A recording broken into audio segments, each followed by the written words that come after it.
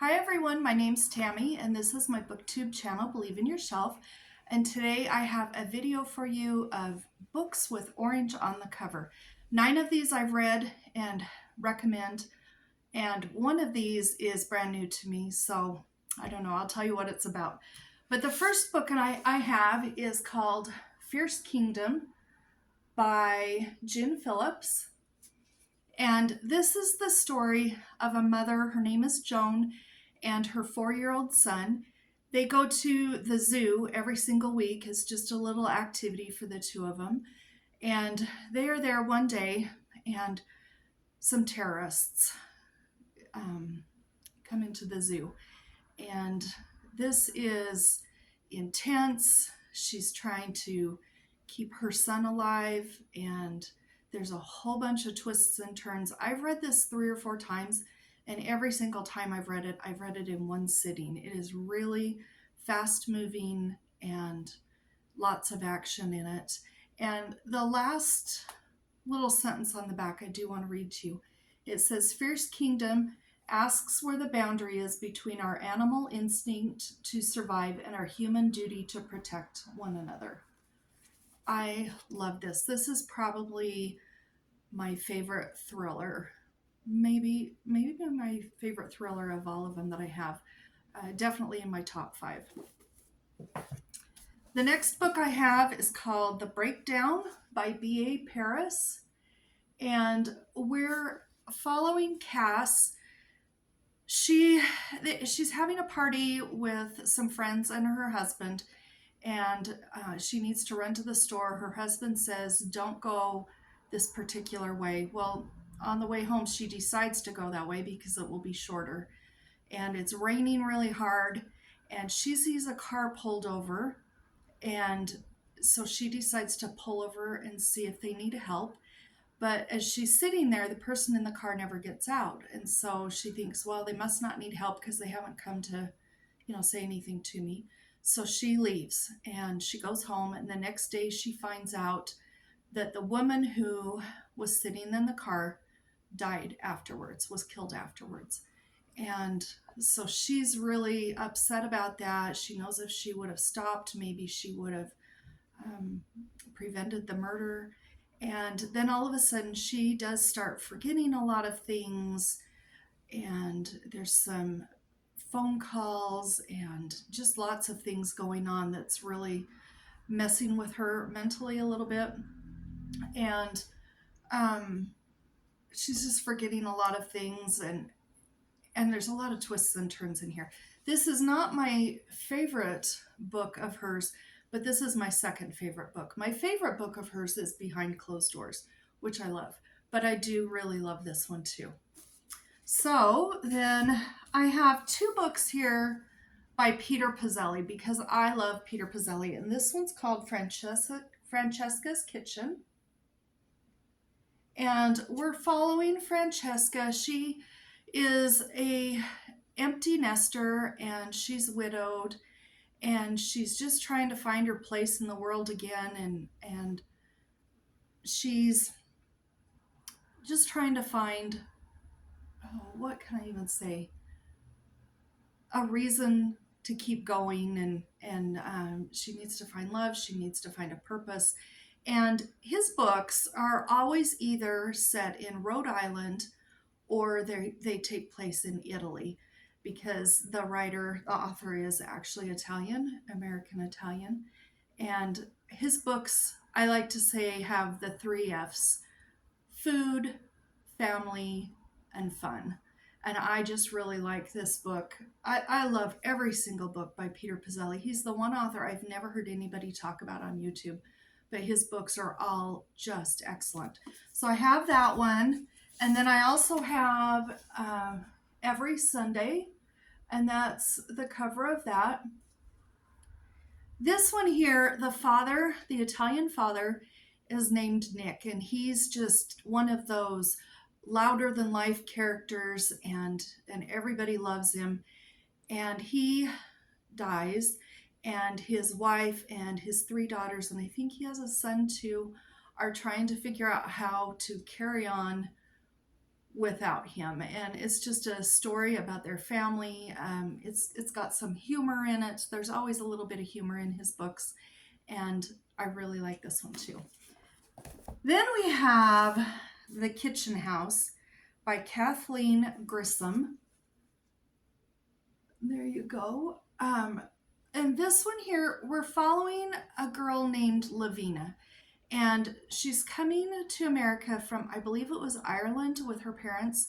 And her parents die on the ship, so she arrives orphaned. And she ends up being taken in by this guy who has a tobacco plantation in Virginia. And she's kind of I guess kind of an indentured servant. But she's white, and he puts her in the kitchen house to work. So she learns her trade with the slaves there. And then she also works in the big house. And it's a hard life for her because she doesn't fit in with either place. She doesn't fit in the big house, even though she's white with the plantation owner's family. She's kind of treated as a servant, but she doesn't fit in with the kitchen house and the servants either because she's white. And so this is her story. This is a really, really good book about that time in our history in the United States. And I think it was really well done. It's a little bit sad, and it's pretty intense because it really told the story of what it would be like for her back then. And I really enjoy this book. I also have Hatchet by Gary Paulsen. I want to show you that. Okay, and this one here, the reason I even have this book here, we did a family book club many years ago, and my son-in-law, when it was his month, he picked this one. It was one of his very favorite books. And I saw this. We have a little indie bookstore here in town, and I saw this one here. This is a 30th anniversary edition, and it has that, kind of fake leather feel to it. And it's got really cool end papers. And I went ahead and bought him one for his birthday and a couple years back, and I bought myself one. And we're following a boy named Brian. He's 13. His parents have recently gotten divorced, and so he's going to go visit his dad. And they live up in Canada, and he gets on the plane. There's a crash, and he's the only survivor.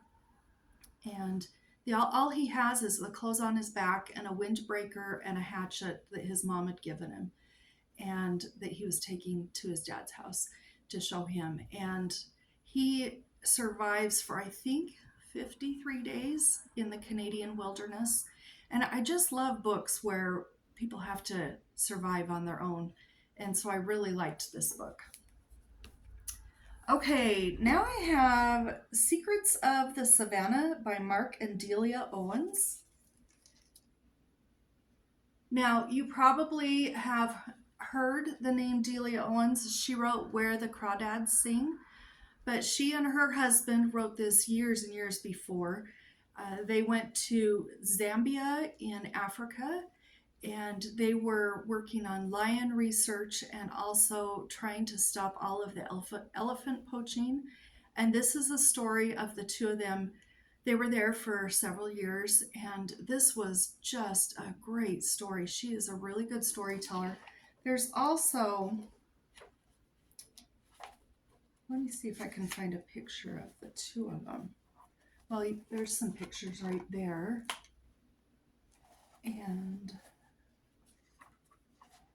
I'm looking to see if there's pictures of just them. Well, there's lots of pictures in here. But anyway, so this was a really good book. If you liked Where the Crawdads Sing and you want to read a nonfiction book that she wrote, this would be the one, because this was fascinating, learning how they lived with the lions and the elephants and all the work that they did there.